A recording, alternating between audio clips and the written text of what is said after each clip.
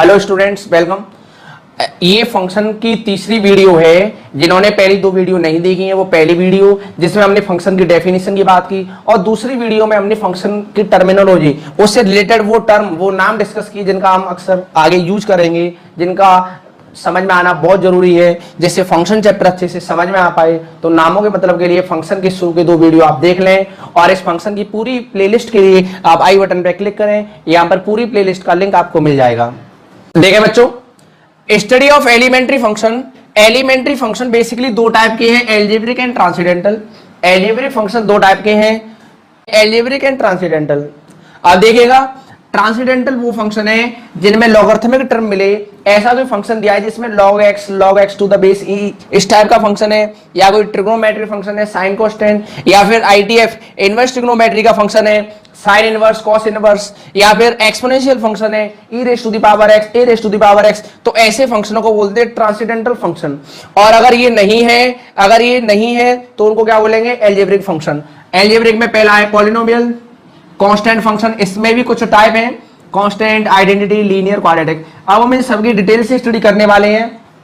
अगला fractional rational function, irrational function और a piece wise function.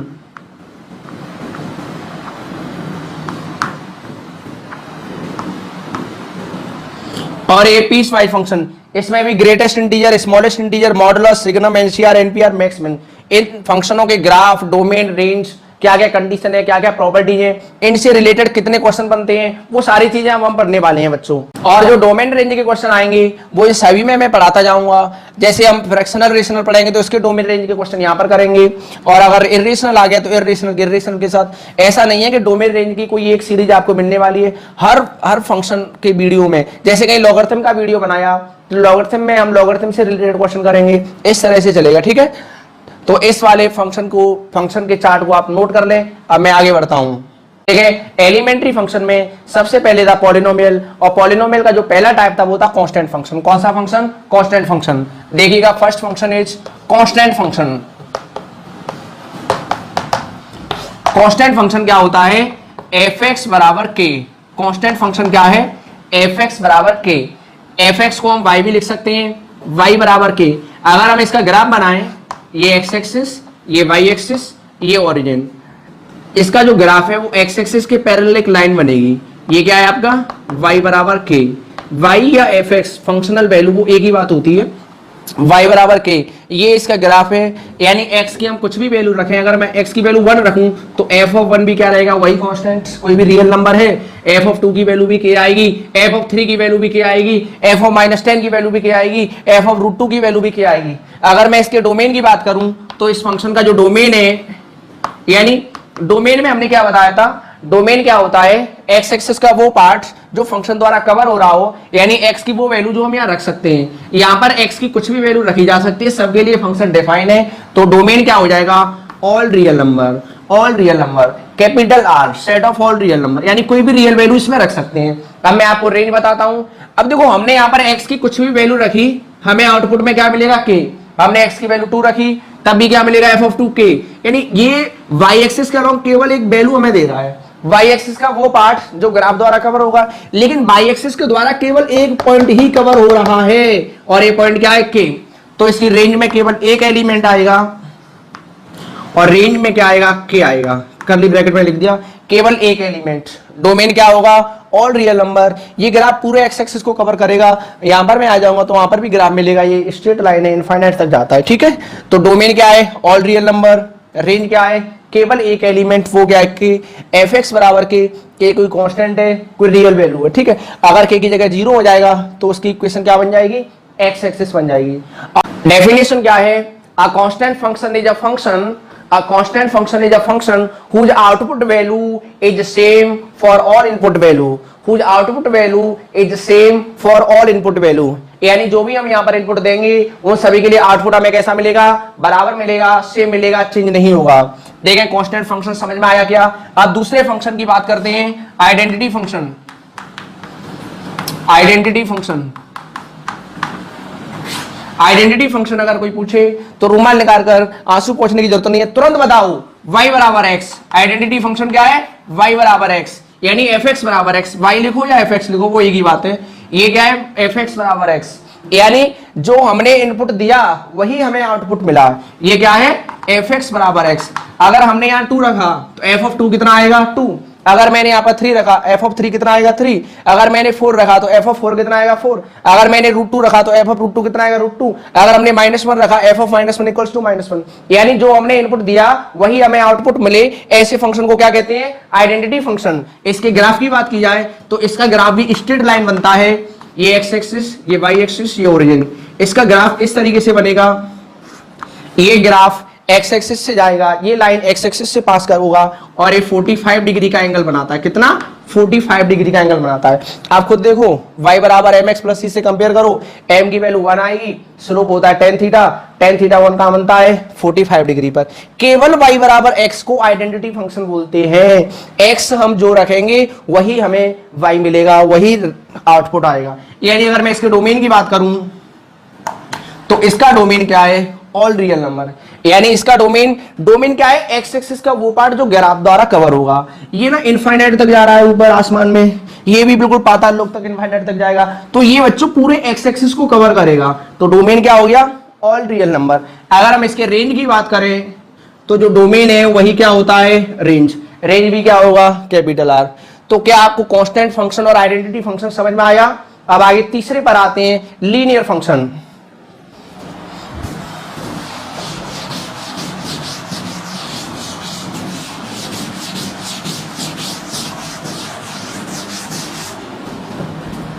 देखें थर्ड पॉइंट, लीनियर फंक्शन। ये काफी इंपोर्टेंट है। y बराबर ए एक्स प्लस बी, आप छोटी क्लासों में भी पढ़ चुके हैं। y बराबर ए एक्स प्लस बी, वाई या एफ एक्स वो एक ही बात है, उसमें कंफ्यूज ना हो आप। y हो या एफ एक्स, मतलब फंक्शनल वैल्यू को ही रिप्रेजेंट कर रहा है, ठीक है। आप देखिएगा a नॉट इक्वल टू 0, अगर a 0 हो गया तो b बचेगा जो कि कांस्टेंट हो जाएगा। कंडीशन क्या है, a 0 नहीं होना चाहिए, तब आप ए एक्स प्लस बी को कौन सा फंक्शन कहेंगे, लीनियर फंक्शन। इसका जो ग्राफ है वो स्ट्रेट लाइन बनता है। इसका ग्राफ क्या बनता है, स्ट्रेट लाइन। देखें इधर, ये एक्स एक्सिस, ये वाई एक्सिस, ये ओरिजिन, ये आपका ग्राफ है। एफ एक्स बराबर ए एक्स प्लस बी। मान लो ये कोई एंगल थीटा बनाया होगा। अच्छा, अगर मुझे ये पॉइंट चाहिए, point of intersection with x axis, यानी इस ग्राफ ने ए एक्स प्लस बी ने एक्स एक्सिस को कहां इंटरसेक्ट किया, तो मैं y की वैल्यू 0 रखूंगा। और y की वैल्यू मैं 0 रखूंगा तो x की वैल्यू क्या आएगी, माइनस के b अपॉन ए आएगी। क्या वैल्यू आएगी, माइनस b अपॉन ए। अगर मुझे x y कोऑर्डिनेट, ये इंटरसेक्शन पॉइंट निकालना y एक्सिस के साथ, तो इसका x कोऑर्डिनेट 0 रख दो तो y की वैल्यू क्या निकलेगी, b निकलेगी। तो ये पॉइंट क्या निकलेगा, 0,b निकलेगा। b एक जनरल फॉर्म में b की वैल्यू नेगेटिव आएगी क्योंकि y एक्सिस का नेगेटिव डायरेक्शन, ठीक है। वो तो a और b जनरल फॉर्म में है, a और b की क्लियर क्या वैल्यू जब जाकर के एग्जैक्ट डायग्राम बन पाएगा। इतना तो क्लियर है, ग्राफ क्या बनेगा, स्ट्रेट लाइन। a क्या है, ये जो a है ये आपका स्लोप होता है। क्या होता है, स्लोप। स्लोप तो आपने पढ़ाई है, क्या होता है, tan थीटा। यानी जो स्ट्रेट लाइन में फॉर्म पड़ते हैं y बराबर एम एक्स प्लस सी, तो ये m का ही काम कर रहा है। a, m और a आइडेंटिकल है, या हमने ए एक्स प्लस बी की फॉर्म में लिख दिया है, वहां एम एक्स प्लस सी लिखा रहता है। और ये जो a है वो तो स्लोप हो गया।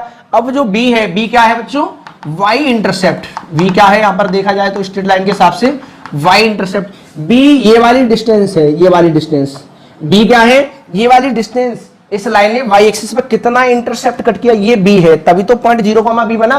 अगर b पॉजिटिव होता तो 0,b, b नेगेटिव होगा तो नीचे आ जाएगा 0,b। ये मत देखो ये b पॉजिटिव है, इस b का हमें साइन नहीं पता क्या है, ठीक है। अगर देखा जाए ओरिजिन से नीचे तो इसकी जो भी वैल्यू आएगी वो नेगेटिव वैल्यू आनी चाहिए, ठीक है। अब देखें इसके ग्राफ कैसे कैसे बन सकते हैं, 4 फॉर्म बन सकती हैं। वो चारों फॉर्म में बता रहा हूं ग्राफ वाली। केस 1, पहला केस क्या बन सकता है ग्राफ वाला, पहला केस इस तरीके से बन सकता है, देखें। और केस 2, दूसरा केस क्या बनेगा ग्राफ का, क्या अंतर है इनमें, देखो बच्चों, ये ग्राफ तो इसी का है, y बराबर ए एक्स प्लस बी का। ये भी किसका ग्राफ है, y बराबर ए एक्स प्लस बी। और ये भी किसका ग्राफ है, y बराबर ए एक्स प्लस बी। फर्क इतना है कि यहां पर भी लाइन ने एक चीज समझो, स्लोप क्या होता है।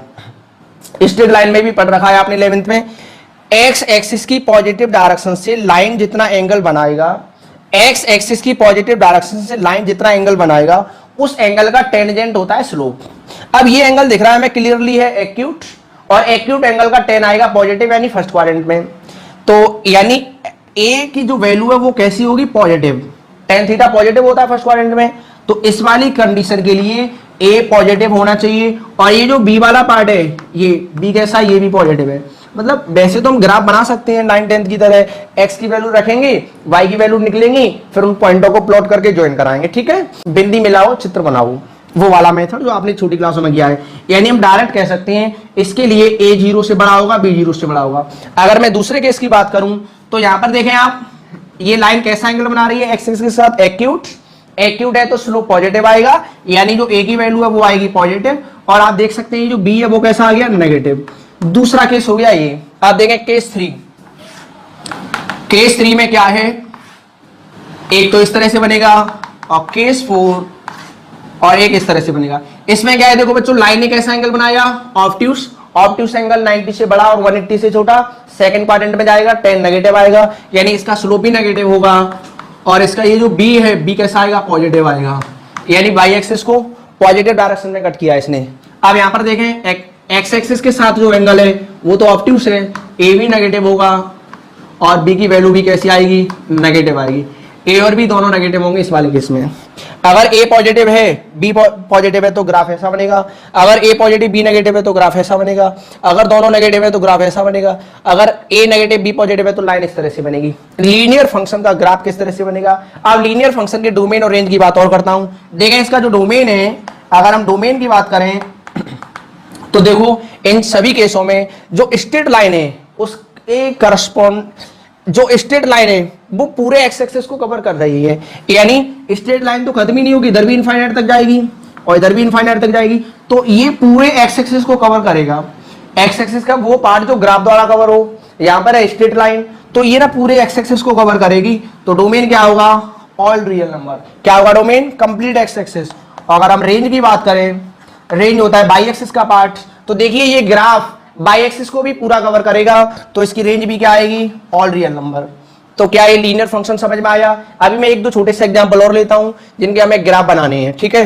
बराबर दिया है 3x + 4, मैंने कहा बच्चों इसका ग्राफ बनाइए, तो y बराबर 3x + a भी पॉजिटिव बी पॉजिटिव, तो डायरेक्ट हम ग्राफ बना सकते हैं। इसका ग्राफ ऐसे बनेगा, ये x एक्सिस, ये y एक्सिस, और ये क्या y बराबर में 3x + 4, ये ओरिजिन।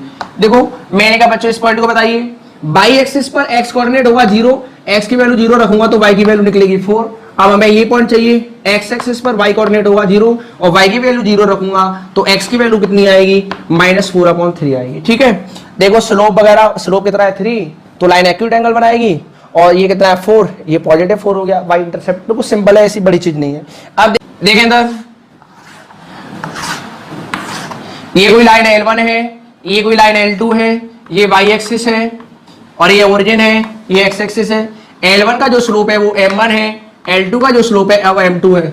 मैंने कहा बताइए m1 और m2 में कौन सा स्लोप बड़ा है, m1 is greater than m2 और m2 is greater than m1, कौन सा ट्रू है। यानी m1 और m2 में कौन से स्लोप की वैल्यू ज्यादा आएगी, तो कैसे पता चलेगा। देखो इधर ये जो लाइन L1 है ये कैसा एंगल बना रही है बच्चों, एक्यूट, तो एक्यूट एंगल है तो m1 कैसा आएगा, पॉजिटिव, स्लोप पॉजिटिव आएगा, 10 पॉजिटिव होगा। अच्छा ये जो लाइन L2 है इसने कैसा एंगल बनाया, ऑब्ट्यूस, तो m2 है वो कैसा आएगा, नेगेटिव। अब तो बड़ा छोटा क्लियरली दिख रहा है भाई, एक पॉजिटिव वैल्यू एक negative value, positive is always greater than negative, तो m1 ग्रेटर देन m2 हो गया। क्वाड्रेटिक फंक्शन, कौन सा फंक्शन, क्वाड्रेटिक फंक्शन। देखें fx बराबर ax² + bx + c, ये होता है क्वाड्रेटिक। ए डी क्या होना चाहिए, 0, ए 0 नहीं होना चाहिए। अगर ए की वैल्यू 0 रखोगे तो fx बराबर कितना आएगा, bx + c, ये लीनियर हो जाएगा, क्वाड्रेटिक नहीं रहेगा। इसीलिए x की वैल्यू, सॉरी a की वैल्यू 0 नहीं होनी चाहिए। अब देखें इधर, इसका जो ग्राफ है वो पैराबोला बनता है। क्या बनता है, पैराबोला। ये काफी इंपॉर्टेंट है। क्वाड्रेटिक एक्सप्रेशन की रेंज कैसे निकालनी है, क्वाड्रेटिक एक्सप्रेशन का ग्राफ कैसे बनाना है, डोमेन कैसे निकालनी है। अब मैं क्वाड्रेटिक के सवालों पर आता हूं, रेंज के आगे भी क्वेश्चन आते रहेंगे। आइए मैं इसका ग्राफ बनाने का तरीका आपको समझाता हूं, ग्राफ से रेंज कैसे निकालने है उस मेथड को भी हम सीखने वाले हैं। तो देखिएगा इसका ग्राफ पैराबोला बनता है। इसके ग्राफ बनाने के 5-6 पॉइंट है, उन पॉइंटों को ध्यान से समझें। पहला पॉइंट क्या है, पॉइंट 1, सबसे पहले देखो ए का साइन, सबसे पहले देखो ए का साइन, ध्यान दें, पूरा ध्यान बोर्ड पर लगा दें, घूरते रहे बोर्ड को। सबसे पहले देखो आप ए का साइन, किसका साइन, ए का साइन। अगर ए पॉजिटिव है तो बनता है पैराबोला अपवार्ड्स, अगर ए नेगेटिव है तो बनता है पैराबोला डाउनवार्ड्स। पहला पॉइंट क्या है, अगर ए की वैल्यू पॉजिटिव है तो पैराबोला अपवार्ड्स, पैराबोला ऊपर की तरफ खुलेगा, अगर ए नेगेटिव है तो पैराबोला डाउनवार्ड्स। अच्छा, अब ये एक्स एक्सिस को कट करेगा या नहीं वो पता चलता है बच्चों डी से। पॉइंट 2 क्या है, आप निकालो आप डी, डी निकालना जानते हैं, discriminant B square minus 4ac होता है। अगर डी की वैल्यू पॉजिटिव है तब क्या होता था, 10th और 11th में पढ़ाए नेचर ऑफ रूट्स, यानी अगर डिस्क्रिमिनेंट पॉजिटिव है तो उसके रियल एंड अनइक्वल रूट होंगे, यानी उसके 2 रूट आएंगे। 2 रूट आने का मतलब है या तो वो इस तरह से एक्स एक्सिस को कट करेगा या फिर इस तरह से एक्स एक्सिस को कट करेगा, वो डिपेंड करेगा ए पर। अगर ए पॉजिटिव है तो ये वाला केस बनेगा, अगर ए नेगेटिव है तो ये वाला केस बनेगा। अगर डिस्क्रिमिनेंट 0 के बराबर है तो वो केवल टच करके जाएगा और ये वाला केस बन सकता है। अगर डी नेगेटिव है, अगर डिस्क्रिमिनेंट लेस देन 0 है, अगर डी लेस देन 0 है तब क्या होता है, इमेजिनरी रूट्स रियल रूट नहीं मिलेंगे, यानी एक्स एक्सिस को कट ही नहीं करेगा, या तो इस तरह हवा में उड़ रहा होगा या इस तरह जमीन में खड़ा हुआ होगा। ठीक है, अब देखो, अब ये एक्स, अगर ए पॉजिटिव है ग्राफ कैसे बनेगा, एक एक पॉइंट ध्यान से समझिए। पहला पॉइंट हमने क्या किया, ए देखो, अगर ए पॉजिटिव है तो पैराबोला अपवार्ड्स, अगर ए नेगेटिव है तो पैराबोला डाउनवार्ड्स। इसके बाद आपको क्या करना है, डी निकालें, डिस्क्रिमिनेंट डी की वैल्यू क्या होती है, बी स्क्वायर माइनस 4ac, बचपन से पढ़ते आ रहे हैं। अब देखें, अगर डी पॉजिटिव है तो 2 रियल रूट आएंगे, अनइक्वल रूट आएंगे, तो वो एक्स एक्सिस को 2 जगह कट करेगा, एक रूट ये रहा, दूसरा रूट ये रहा। अब वो ऐसा बन सकता है या इस प्रकार से आ सकता है। अगर ए नेगेटिव होगा वो ए पे डिपेंड करेगा, इनमें से कोई सा भी केस बन सकता है। ठीक है बच्चों, अगर डी 0 है तो केवल टच करके जाएगा, ये कब होगा, और ए नेगेटिव है तो ये वाला केस बनेगा। अगर डी लेस देन 0 है तो कोई रियल रूट नहीं होता है, टच क्यों कर रहा है, यहाँ पर इक्वल रूट आते हैं। अगर डिस्क्रिमिनेंट 0 है तो इक्वल रूट आते हैं, वो एक ही पॉइंट निकलेगा। ठीक है, अब देखें पॉइंट नंबर 3, तीसरा पॉइंट क्या है, तीसरा पॉइंट, अब हमने देखा कि अगर 2 जगह कट करेगा तो वो क्या होंगे, रूट्स, वो क्या होंगे, रूट्स। और रूट्स इन जनरल हम क्या मानते हैं बच्चों, अल्फा कॉमा बीटा मानते हैं। क्या मानते हैं, अल्फा बीटा। ये वाला पॉइंट आपका क्या होगा, अल्फा, ये वाला पॉइंट क्या होगा, बीटा। अब इनकी वैल्यू कैसे निकलेगी, या तो आप फैक्टराइज कर लें, फैक्टराइज करके रूट्स निकाल लें, या फिर क्या लगाएंगे, श्रीधराचार्य फॉर्मूला।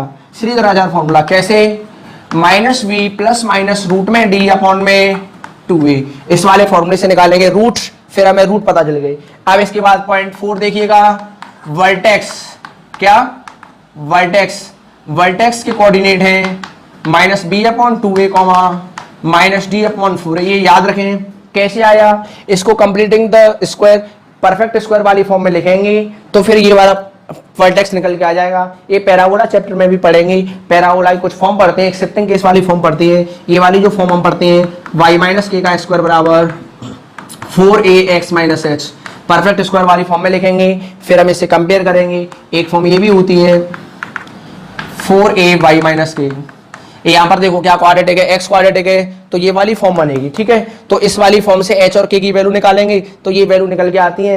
इन डिटेल से पैराबोला में पढ़ेंगे, आप बस याद रखें। एक शॉर्ट मेथड भी बताऊंगा, अगर कोई बच्चा वर्टेक्स भूल जाता है, ये फॉर्मूला भूल गया, तो उसका एक तरीका और मैं बताऊंगा, अल्टरनेट मेथड, कैसे वर्टेक्स निकाल, बिल्कुल आसान तरीका बताने वाला हूं अभी मैं। वैसे तरीका ये है जो कि पैराबोला में आएगा। ठीक है बच्चों, अब देखें इसके बाद पॉइंट नंबर 5, अब हमने ग्राफ बनाया, अब एक्स एक्सिस को कट करेगा, वो तो हो गया रूट।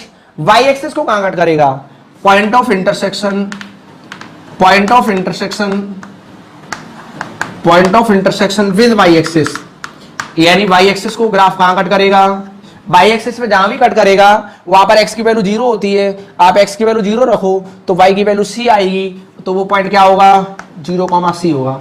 यानी वाई एक्सिस को कहां कट करेगा, 0,c पर।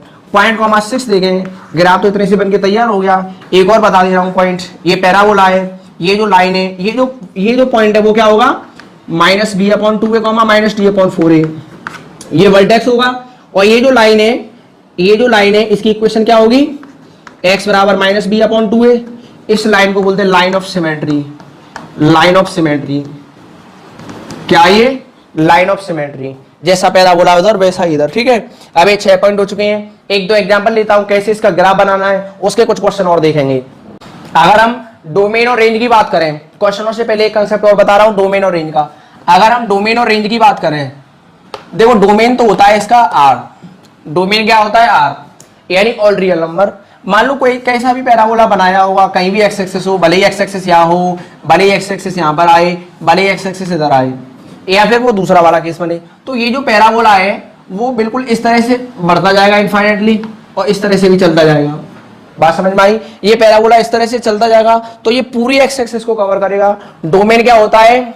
Capital R, set of all real number. अब रेंज की बात करते हैं। रेंज, देखो रेंज कैसे निकलेगी? रेंज के दो केस बनते हैं। पहला केस बनता है a ग्रेटर देन 0 पर। अगर a ग्रेटर देन 0 है तो ग्राफ इस तरीके से आएगा। हो सकता है एक्स एक्सिस को दो जगह कट करे, हो सकता है एक्स एक्सिस को टच करे, हो सकता है एक्स एक्सिस के ऊपर ही बना रहे। आप अलग अलग भी बना सकते हैं, मैंने एक ही ग्राफ में बना दिया, आप अलग अलग सेपरेट करके बना सकते हैं। देखो इधर इस तरीके से बन जाएगा। अगर a पॉजिटिव है तो ग्राफ की पॉसिबिलिटी ये बनती है बच्चों, या तो ग्राफ इस तरीके से बन सकता है, या ग्राफ इस तरीके से बन सकता है, या ग्राफ इस तरीके से बन सकता है। अगर a पॉजिटिव है तो आप एक चीज देखो, बाई एक्सिस कहीं पर भी होगा। ये जो पॉइंट है, ये पॉइंट क्या है? -b/2a - d/4a। ये जो वर्टेक्स है वो सब जगह यही है, इस वाले में भी, इस वाले में भी, मतलब जितने भी केसेस सब में वर्टेक्स यही है। तो y एक्सिस के अलोंग अगर वैल्यू देखी जाए तो y कोऑर्डिनेट वाली वैल्यू कितनी है? यहाँ पर y की वैल्यू कितनी है? -d/4a। तो ये ग्राफ y एक्सिस को कितना कवर कर रहा है? ये ग्राफ y एक्सिस को कितना कवर कर रहा है? देखें आप इधर ध्यान दें, सब दिख रहा है क्लियरली। यहां से ऊपर तक कंप्लीट ग्राफ है, नीचे तो ग्राफ बिल्कुल नहीं है। तो ग्राफ कहां से है? -d/4a से लेकर इनफाइनाइट तक। क्या -d/4a आ रहा है? हाँ बिल्कुल, ये भी ग्राफ में पॉइंट है। तो अगर a पॉजिटिव है तो ग्राफ ये वाला बनेगा। या यहां पर भी पॉइंट क्या है? -b/2a, -d/4a। यहां पर भी क्या है? -d/4a से इनफाइनाइट। यहां पर भी क्या है? ये वाला पॉइंट तो यही होगा, तो -d/4 से इनफाइनाइट। तो अगर a पॉजिटिव है तब रेंज क्या आती है? तब रेंज क्या आती है? -d/4a से इनफाइनाइट। ये तो रटने वाला हो गया, मैं ग्राफ से निकालना भी बताऊंगा। आप ग्राफ पेपर बनाएं तो ग्राफ बना करके, रफ डायग्राम बनाकर, स्केच ग्राफ बना करके आप बता सकते हैं, ठीक है। अब देखें दूसरा केस, अगर a नेगेटिव है, a नेगेटिव में कौन कौन से केस बनते हैं ग्राफ के बच्चों? या तो इस तरह बन सकता है, या इस तरह बन सकता है, या फिर इस तरह बन सकता है। देखें इधर, तो ये वाला जो वर्टेक्स है वो क्या होगा? -b/2a, -d/4a। वर्टेक्स वाला पॉइंट तो ये रहेगा तीनों में। अच्छा ये मान लो y एक्सिस है, ये x एक्सिस था, तो अब ये कितना कवर कर रहा है y एक्सिस के अलोंग? ये वाला जो पॉइंट है वो कितना है? -d/4a। -d/4a से नीचे कंप्लीट ग्राफ है, ऐसा नहीं यहां पर खत्म है, ये ना इस तरह से चलता रहता है, ये एरो लगा हुआ है, ठीक है, बिल्कुल जा रहा है नीचे पाताल लोक तक, ये बिल्कुल आसमान तक जा रहा है। तो देखो ये y एक्सिस के अलोंग कितना कवर करेगा? यहां तक और नीचे का सारा पार्ट। तो नीचे तो और छोटी वैल्यू है, कहां तक पता ही नहीं है, तो हम क्या लिखेंगे? रेंज इसकी क्या आएगी? तो इसकी रेंज आएगी -∞ से लेकर -d/4a, ये रेंज आएगी। अगर मैं इस वाले केस में बात करूं कि मैक्सिमम वैल्यू क्या होगी, इस वाले केस में अगर मैं बात करूं, पहले वाले केस में, अच्छा इसमें अगर मैं बात करूं दूसरे केस में, फंक्शन की मिनिमम वैल्यू क्या है? Does not exist. फंक्शन की मैक्सिमम वैल्यू क्या है? कई बार क्वाड्रेटिक एक्सप्रेशन दे दिया जाएगा, आपसे पूछ लेगा कि मैक्सिमम मिनिमम वैल्यू बताओ। अक्सर एनडीए में और कई कंपटीशन में ऐसे एग्जाम आते हैं कि आपको मैक्सिमम वैल्यू बतानी है, तो कितनी वैल्यू आएगी? -d/4a, -d/4a। ग्राफ बराबर बना लें, या नहीं बनाना है तो सिंपल याद रख लें -d/4a, ठीक है। अब आप यहां पर देखें, इसकी मिनिमम वैल्यू क्या है? इसकी मिनिमम वैल्यू है -d/4a, और इसकी अगर मैक्सिमम वैल्यू की बात करूं तो क्या है? डज नॉट एग्जिस्ट, है ना, मैक्सिमम वैल्यू डिफाइन नहीं है। ग्राफ तो ऊपर तक जाएगा या आसमान लोक तक, पता नहीं है कहां पे जाकर रुकेगा, ठीक है बच्चों। तो ये हमने डोमेन, अब एक बार इसको और समझा दूं। पैराबोला केवल इतने ही टाइप के बनते हैं। अगर a पॉजिटिव है तो ये तीन केस। अब ये तीन केस कब कब बनेंगे? अगर d पॉजिटिव है तब तो ये बनेगा, अगर d = 0 है तो ये बनेगा, अगर डिस्क्रिमिनेंट लेस देन 0 तो ये बनेगा, बिल्कुल सेम। अगर a नेगेटिव है तो ये बनेगा, लेकिन ये कब बनेगा? सेम ऊपर वाले ही है, ठीक है। अगर डिस्क्रिमिनेंट पॉजिटिव है तो ये बनेगा, दो रूट आएंगे। अगर d = 0 है तो एक ही रूट आएगा, अगर d लेस देन 0 तो एक भी रूट नहीं आएगा, x एक्सिस को टच ही नहीं करेगा, इस तरह से बनेगा। एक चीज ध्यान रखें, पैराबोला की टांग और कानून के हाथ बहुत लंबे होते हैं। आगे बढ़ते हैं। हमें इसका ग्राफ बनाना है, तो इसका ग्राफ बनाने के लिए कैसे बनाएंगे इसका ग्राफ हम? तो सबसे पहले देखो इससे कंपेयर करो ax square plus bx plus C. तो देखो a की वैल्यू कितनी है 1, b की वैल्यू कितनी है -2, c की वैल्यू कितनी है -3। तो a कैसा है आपका? सबसे पहला पॉइंट a कैसा है? पॉजिटिव। a पॉजिटिव होने से क्या पता चला? पैराबोला कैसा बनेगा? Parabola upwards. अब ये x एक्सिस को कट करेगा या नहीं करेगा या टच करेगा, वो कैसे पता चलेगा? d से। d क्या होता है? b square minus 4ac।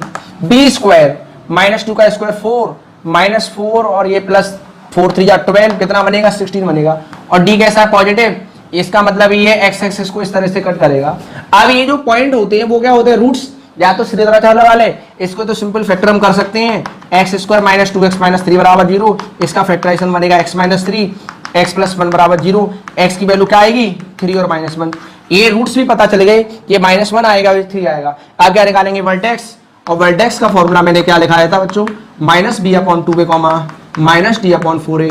एक ट्रिक भी बताऊंगा, अगर इसको भूल जाते हैं तो वर्टेक्स निकालने की। -b, ये माइनस माइनस प्लस हो जाएगा 2 और a की वैल्यू 1, 2/2 बनेगा 1 माइनस d माइनस 16/4 × 1 4, ये बनेगा -4। ये निकल के आ गया वर्टेक्स। अब point of intersection with by axis को कहां कट करेगा? 0, -3 पर।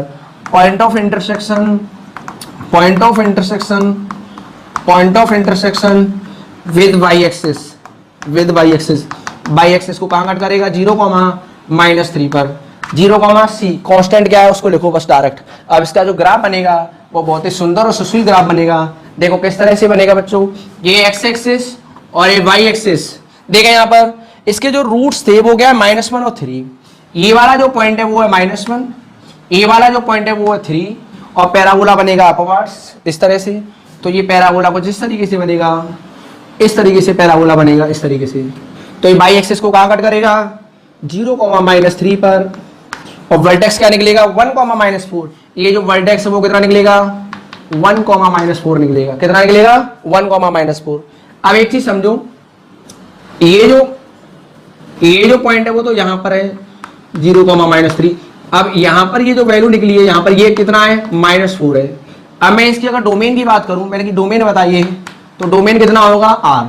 यानी ये तो पूरे x एक्सिस को ही कवर करेगा। ये आप इधर बढ़ता जाएगा तो कंप्लीट x एक्सिस कवर हो जाएगा, यानी ये पूरे x एक्सिस को कवर करेगा। तो इसका डोमेन हो गया R। अब निकालेंगे हम रेंज।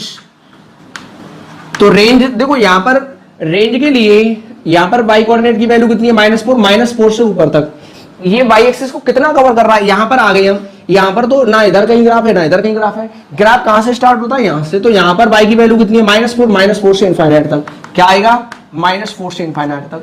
अभी जो मैंने फॉर्मूला लिखाया था -d/4a से इनफाइनाइट तक, उसमें वैल्यू रख के भी निकाल सकते हैं, ग्राफ से भी हमें दिख रहा है। अब मैं वो लॉजिक बताता हूं, अगर ये पॉइंट हमें निकालना है तो कैसे। वर्टेक्स वाला पॉइंट आप भूल गए तो क्या करेंगे? देखो इधर ये कितना है? -1, ये कितना है? 3।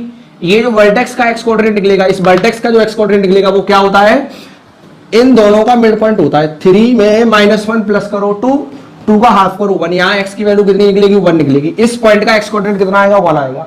अब x की वैल्यू 1 यहाँ रखो, 1 यहाँ रखो, 1 यहाँ रखो, सॉल्व करके -4 आ जाएगा। बिल्कुल सिंपल मेथड। अगर आप वर्टेक्स भूल जाएं तो ये जो दोनों रूट्स हैं इनका मिड पॉइंट निकलेगा ये, यानी इन दोनों का जो मिड पॉइंट निकलेगा वही वर्टेक्स का x कोऑर्डिनेट होगा। और x कोऑर्डिनेट की वैल्यू आप रखेंगे यहाँ पर तो फिर निकलेगा y कोऑर्डिनेट। अगर ये भूल जाए तो ये लॉजिक आप लगा सकते हैं, ठीक है। अब एक दूसरा एग्जाम्पल लेते हैं।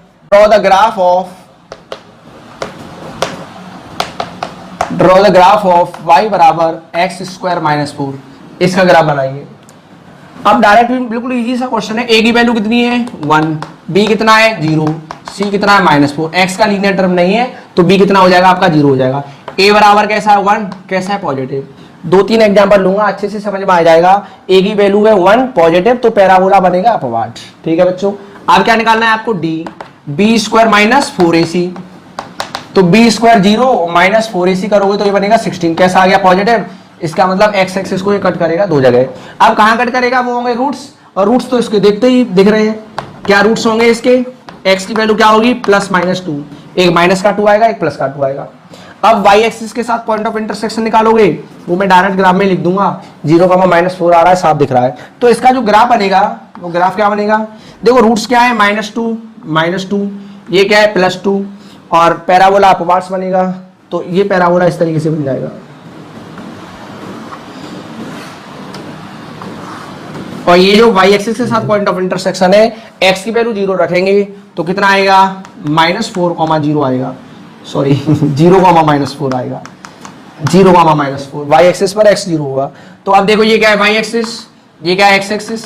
अगर मैं इसके डोमेन की बात करूं तो इसका जो डोमेन आएगा वो आएगा ऑल रियल नंबर। क्वाड्रेटिक का डोमेन तो ऑल रियल नंबर, रेंज देखना है, बस रेंज देखना है y एक्सिस कितना कवर हो रहा है। y एक्सिस यहां से लेकर ऊपर तक कवर हो रहा है, y कोऑर्डिनेट कितना है यहाँ पर -4, तो ये कितना आएगा -4 से इन्फिनिटी आ गया।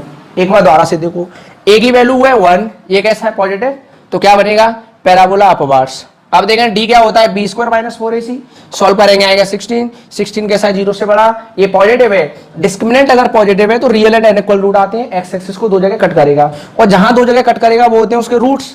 तो रूट्स क्या निकलेंगे इसके +-2, तो -2 + 2 रूट्स हो गई, पैराबोला अपवार्ड्स बनेगा। तो इस तरह से बना दिया। और ये जो वर्टेक्स है, अगर आप कहते सर वर्टेक्स के फॉर्मूले में हम वैल्यू रखेंगे, इसमें वैल्यू रख के निकालना है, तब भी इतना ही निकलेगा, क्योंकि देखो b की वैल्यू कितनी है 0, 0/something 0, ये तो 0 हो गया। फिर आप वैल्यू यहाँ रखोगे -16/4, ये बनेगा -4, ठीक है। वो डायरेक्ट भी दिख रहा है। एक तरीका क्या था, आप इन दोनों को प्लस करके आधा कर दो, -2 में 2 प्लस करोगे 0, 0 का आधा 0, यानी वर्टेक्स का x कोऑर्डिनेट 0 होगा। अब x की वैल्यू 0 यहाँ रखो तो y की वैल्यू -4 निकलेगी, y कोऑर्डिनेट -4 होगा, ठीक है। डोमेन R आएगा, रेंज y एक्सिस कहां से कहां तक कवर हो रहा है, यहां से ऊपर तक, तो रेंज -4 से इन्फिनिटी। एक और देखते हैं तीसरा example, draw the graph of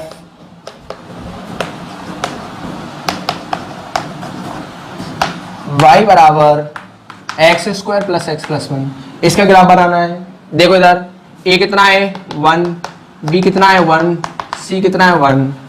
अब देखें a कैसा है 1 पॉजिटिव, लेकिन आप जब d निकालोगे b² - 4ac, 1 का स्क्वायर 1 - 4 कितना आएगा -3, कैसा आ गया नेगेटिव।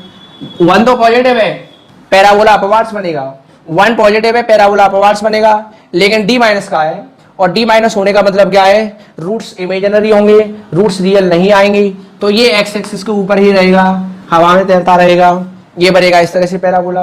अब देखो वर्टेक्स क्या होता है, -b/2a, -d/4a, -b तो -1 और 2a2 कितना आएगा -1/2, -d तो ये पॉजिटिव 3 हो जाएगा अपॉन 4, कितना आएगा 3/4।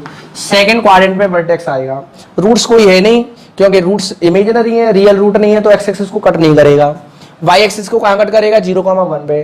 तो इसका जो ग्राफ बनेगा वो इस तरीके से बनेगा, रूट्स तो कोई है ही नहीं, वर्टेक्स कहां पर है इसका, यहां पर, ये वाला जो पॉइंट है, देखो चलो थोड़ा सा और ऊपर ले लेना, ये जो पॉइंट है वो कितना है, ये जो वर्टेक्स है वो कितना है, ये लिखा है -1/2, 3/4 है।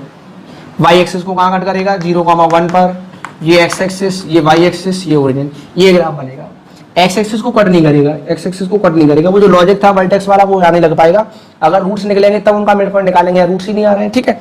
अगर मैं इसकी रेंज की बात करूं, इसका डोमेन कितना होगा, डोमेन तो वही कैपिटल R, अगर आप इसकी रेंज पूछे तो रेंज कैसे निकलेगी, सुनो, या तो वो फॉर्मूले लिखा दिया मैंने, -d/4a से इन्फिनिटी, अगर a पॉजिटिव आता है तो, फिर भी हमने ग्राफ बना ही लिया, ग्राफ का आगे यूज होगा, ये तो छोटे मोटे फंक्शन है, आगे 4-4 डिग्री 5-5 डिग्री के, आगे रेस्ट्रिक्टेड डोमेन में कुछ पार्टिकुलर पार्ट दे दिया, इतने डोमेन में बताओ, मैंने बोल दिया x की वैल्यू 20 से 30 है, तब बताओ कितनी रेंज आएगी, आगे मतलब बहुत एडवांस में हम पढ़ने वाले हैं, तो ये सारे ग्राफ्स वगैरह आपके टिप्स पर रहने चाहिए, ठीक है।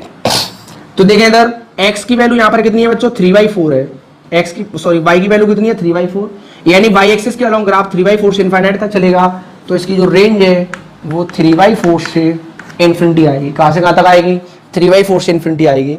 तो अभी ग्राफ इसका पैराबोला क्यों बन रहा है, क्वेश्चन तो पूछना भूल ही गया, तो ग्राफ पैराबोला क्यों बन रहा है, अभी आपको याद रखना है कि इसका ग्राफ पैराबोला बनता है, बना कैसे है, अभी आपका जब आपको मैं ये जवाब दूंगा कि आप x की वैल्यू यहाँ रखें, जैसे 10th 9th 8th में ग्राफ बनाते थे, आप x की वैल्यू रखें, जो y की वैल्यू मिलेंगी उनको ग्राफ पे प्लॉट करें, फिर उनको ज्वाइन कराएं, तो ऐसा ग्राफ आएगा। ग्राफ के बारे में भी इन डिटेल हम कर्व ट्रेसिंग में पढ़ेंगे, एक सीरीज आएगी कर्व ट्रेसिंग को, थोड़ी बाद में आएगी, कैलकुलस पढ़ा लेंगे उसके बाद आएगी वो कर्व ट्रेसिंग, ठीक है, कैलकुलस का काफी यूज होता है।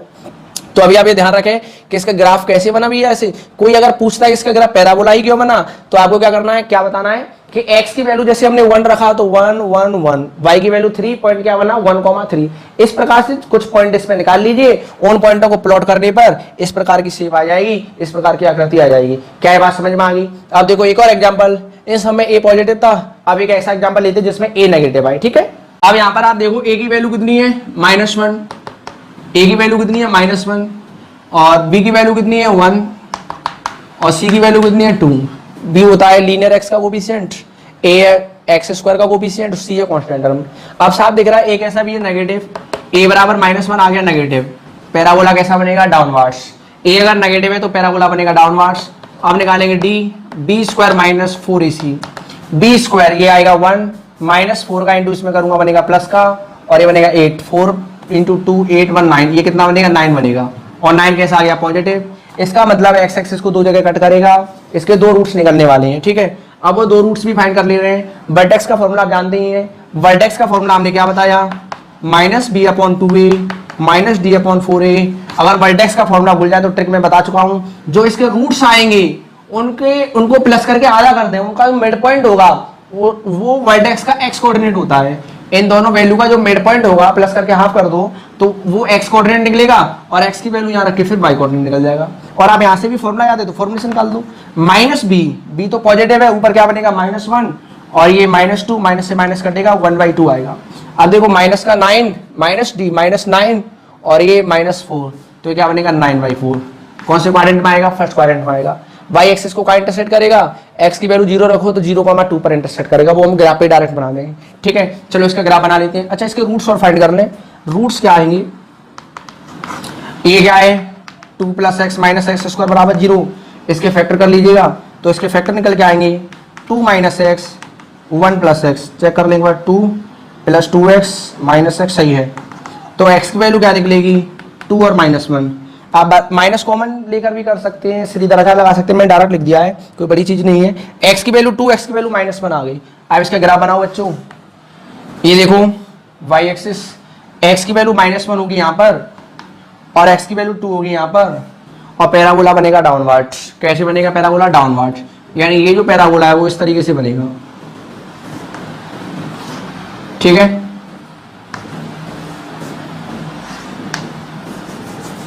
चलो बन जा भाई। देखिए इधर, अब देखो वर्टेक्स कितना है इसका 1/2 कॉमन 9/4। ये वाला जो पॉइंट है, इस पॉइंट की कोऑर्डिनेट कितनी है। अगर हमें ये पॉइंट वर्टेक्स वाला फॉर्मूला याद नहीं है तो क्या करते, इस वैल्यू को और इस वैल्यू को करते प्लस, 2 में -1 होगा प्लस तो आएगा 1, उसका करते हाफ 1/2। वर्टेक्स का एक्स कोऑर्डिनेट आ गया 1/2। अब एक्स की वैल्यू 1/2 यहां पर रख दो, वाई की वैल्यू कितनी आएगी 9/4। तो ये ग्राफ वाई एक्सिस को कितना कवर कर रहा है, ये ग्राफ वाई एक्सिस को यहां से लेकर के नीचे तक कवर कर रहा है कंप्लीट। तो इसकी जो रेंज आएगी वो 9/4 से इन्फिनिटी तो नहीं लिखेंगे, वो तो ऊपर होता तब लिखते, छोटी वैल्यू पहले लिखते हैं, -∞ से 9/4 क्लोज्ड ऐसे लिखा जाएगा। अभी मैंने रेंज का फॉर्मूला भी शुरू में लिखा दिया था, a > 0 पे क्या बनेगा, a < 0 पे क्या बनेगा, -∞ से -d/4a बनता है। ठीक है, और हमने ग्राफ से भी देख लिया। अगर आप इसके डोमेन की बात करें तो इसका डोमेन फिर से वही पूरे एक्स एक्सिस को कवर कर रहा है, तो ये आएगा। एक और क्वेश्चन ले रहा हूं, बेहतरीन question, y = ax² + bx + c। इसका ग्राफ बना के दिया है, हमें फाइंड करना है sign of A B and C. देखिए सर, हमें एबीसी के साइन फाइंड करने हैं और ग्राफ इसमें दिया है। मान लो ये ग्राफ दिया है, ये ग्राफ दिया है बच्चों, ये किसका ग्राफ दिया है, इसका ग्राफ दिया है। ये वाई एक्सिस है कि एक्स एक्सिस है, ये ओरिजिन है।